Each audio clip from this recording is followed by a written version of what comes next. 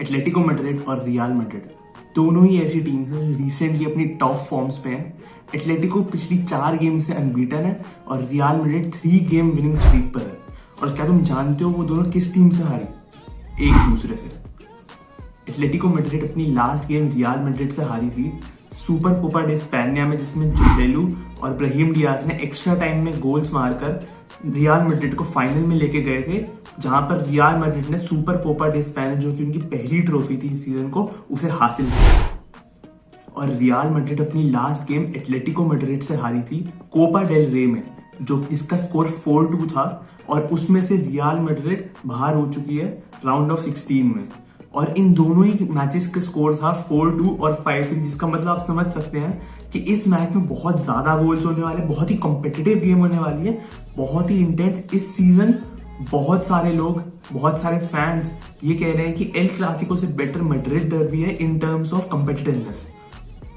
ये इस सीजन का एटलेटिको मैड्रिड और रियल मैड्रिड के बीच का चौथा शोडाउन है, लेकिन इस मैच में ज्यादा स्टेक्स है रियल मैड्रिड के हैं, क्योंकि वो फर्स्ट स्पॉट पे हैं 1 पॉइंट के difference with 1 game in hand. और अगर वो ये गेम जीत जाते हैं तो वो अपनी लीड बढ़ा सकते हैं 4 पॉइंट सेकेंड प्लेस जिरोना से, जो कि बहुत इंपॉर्टेंट है इस पार्ट में सीजन के। दोनों ही managers Diego Simeone and Carlo Ancelotti ने एक दूसरे के साथ माइंड गेम्स खेलने की कोशिश करी प्रेस कॉन्फ्रेंस में, इस तरीके से कि डिएगो सिमियोनी ने तारीफ करी बेलिंगम की, जैसे कि उनको बोला कि एक एलीट प्लेयर, एक जनरेशनल प्लेयर है, क्योंकि वो गोल्स मारते हैं, लेट मिडफील्ड रन्स निकालते हैं, जो कि बहुत ही रेयर है, और उनकी मेंटालिटी के बारे में ही उनको बहुत ही ज्यादा नवाजा गया। इसी के साथ साथ कार्लो एंचेलोटी ने भी कोई कसर नहीं छोड़ी और अपने इलस्ट्रियस करियर में डिएगो सिमियोनी को one of the toughest competitors माना है, और बोला है कि ये एक बहुत ही ट्रिकी मैच होने वाला है ड्यू टू दिस मैनेजर। अगर बात करें प्योरली रियल मैड्रिड के सीजन के बारे में, तो अगले 10 दिन बहुत क्रूशियल होने वाले हैं रियल मैड्रिड के लिए, क्योंकि 3 इंपॉर्टेंट गेम्स होने वाली है। पहली गेम है real Madrid versus Atletico Madrid, जो कि रियल मैड्रिड खेलेगी होम पर। इसके बाद सेकंड प्लेस जिरोना के अगेंस्ट होम पर, और थर्ड गेम्स अवे खेलेगी वो आरबी लाइप्जिग के अगेंस्ट यूसीएल राउंड ऑफ 16 के फर्स्ट लेग। सबसे क्रूशियल पीरियड है रियल मैड्रिड के कैंपेन में, ड्यू टू ये इस टाइम पे 3 इंपॉर्टेंट मैचेस और इंजरीज बहुत ज्यादा हो रखी हैं, both short term and long term, जिसमें इंक्लूडेड है मिलिटाओ, कोर्टुआ, जिनके चांसेस हैं अप्रैल में आने के, और मे बी वो क्वार्टर फाइनल्स में खेल सके। बात कर लेते हैं कुछ स्क्वाड डिसीजंस की। चुआमेनी इस गेम में नहीं खेल पाएंगे due to too many accumulated yellow cards, और कामाविंगा के चांसेस है सेंटर बैक खेलने हैं, क्योंकि रुडिगर को एक हेवी ब्रूस इंजरी हो चुकी है और उनके चांसेस हैं कि वो ना खेल पाए, ऑल्दो वो बहुत कोशिश कर रहे हैं अपनी रिटर्न को फोर्स करने की। पिछले कुछ गेम्स के चलते और उनको देखते हुए हम कह सकते हैं कि रियल मैड्रिड मोस्ट प्रोबेबली 4-4-2 खेलने वाली है, जिसमें विनीशियस और जोसेलू अप टॉप खेलेंगे। ये कॉम्बिनेशन बहुत ही बढ़िया रहा है अभी तक। अब अगर बात करें कि मेरी प्रेडिक्शन क्या है, तो देखो, जैसे हम जानते हैं कि पिछले कुछ सीजन्स में जब भी इंपॉर्टेंट टाइम्स आते हैं, जब भी अगर रियल मैड्रिड के लिए हमें एक वर्ड यूज करना हो तो वो है क्लच। जब भी ऐसे मोमेंट्स आते हैं रियल मैड्रिड हमेशा ऑन टॉप आती है, और मेरे ख्याल से आज भी ऐसा ही होगा, क्योंकि players like Vinicius, Bellingham, Valverde, ये ऐसे प्लेयर्स हैं जो जब भी रियल मैड्रिड को जरूरत होती है कि अब तो कुछ ना कुछ मेक और ब्रेक सिचुएशन है, अब तो कुछ ना कुछ करना ही होगा, तो ये प्लेयर बहुत ही तगड़ा डिस्प्ले देते हैं, और मेरे हिसाब से आज रियल मैड्रिड ये मैच जीत जाने वाली है। अब बात कर लेते हैं एक कंट्रोवर्सी की। X real Madrid player Eden hazard ने रिसेंटली एक इंटरव्यू दिया है, जिसमें इस इंटरव्यू में हजार्ड ने बहुत सारी बातें करी है, जिनके बारे में हम एक एक करके बात करेंगे। सबसे पहले उन्होंने एक्सप्लेन किया अपने टाइम के बारे में रियल मैड्रिड में, और उन्होंने ये एक्सप्लेन किया कि जो भी बहुत ज्यादा प्रेशर था, जो कि एक हाई हेडेड जो एक स्क्वाड होता है रियल मैड्रिड का,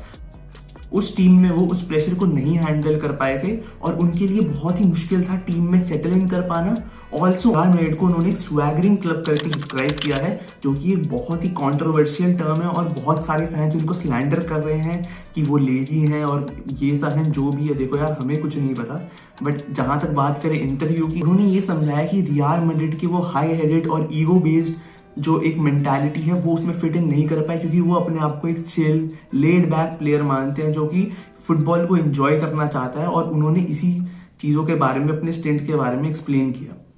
इसी के साथ साथ जब उनसे पूछा गया कि क्या उन्हें कोई ऐसा प्लेयर लगता है जो उनसे टैलेंट वाइज है प्योर फुटबॉल में, उनसे बेटर था, तो उन्होंने कहा कि लियोनेल मेसी के अलावा वो किसी को नहीं मानते कि उनसे बेटर था। उन्होंने कहा कि मे बी नेमार हो सकता है, बट देखो सही बात है, आई थिंक मेसी के बाद नेमार और हेजार्ड ही सबसे ज्यादा तगड़े प्लेयर्स हैं in terms of pure football. Pure football बहुत इंपॉर्टेंट टर्म है यहाँ पे, क्योंकि हम सबको पता है कि मेसी और CR7 ही टॉप प्लेयर्स थे पिछली जनरेशन के, बट जब बात करें वो मैजिक मोमेंट्स की, वो ड्रिबलिंग, वो तगड़े तगड़े असिस्ट, वो कहीं से भी थिन एयर में से 3-4 प्लेयर्स को काट के गोल मार देना, उसमें हेजार्ड और नेमार ही आते हैं लियोनेल मेसी के बाद। इसलिए मैं काइंड ऑफ इस टेक से एग्री करता हूँ। बाकी उन्होंने ये जरूर मेंशन किया कि वो ऑफ कोर्स मानते हैं वो क्रिस्टियानो रोनाल्डो से बेहतर प्लेयर नहीं है, क्रिस्टियानो रोनाल्डो को बेटर प्लेयर मानते हैं, बट वो कहते हैं कि in terms of pure football वो कह रहे थे कि वो उसमें उनसे बेटर है। ऑल इन ऑल इस इंटरव्यू के बाद बहुत ज्यादा स्लैंडर मिला है हजार्ड को, क्योंकि मेसी और Ronaldo fans, specially Ronaldo fans इस इंटरव्यू के बाद उसे बहुत स्लैंडर किया, और रियल मैड्रिड फैंस इंक्लूडेड, क्योंकि उन दोनों हजार्ड ने दोनों ही रियल मैड्रिड और CR7 के ऊपर डिग्स लिए हैं, एक तरीके से आप कह सकते हैं, क्योंकि फैंस बहुत ज्यादा पॉजिटिव होते हैं अपने क्लब और अपने प्लेयर्स को लेकर, और इसलिए उनको कंसिस्टेंटली स्लैंडर मिल रहा है। एक और सीजन, एक और बार एम्बापे के ट्रांसफर रूमर्स। देखो अब तो हर साल हो गया, जब भी होता है, पहले ये था कि मेसी बारसा लौटेगा, नेमार बारसा लौटेगा, अब सबसे बड़ा रूमर, अगर आप किसी भी फुटबॉल फैन से आप पूछेंगे तो वो यही कहेगा कि एम्बापे टू रियल मैड्रिड के हर बार ट्रांसफर रूमर्स, और जो एम्बापे ने बार बार काट रखा है मैड्रिड का कि मैं आऊंगा, और हर बार डील कैंसिल हो जाती है। लेकिन इस बार बहुत सारे आउटलेट्स ने ये कहा है कि इस बार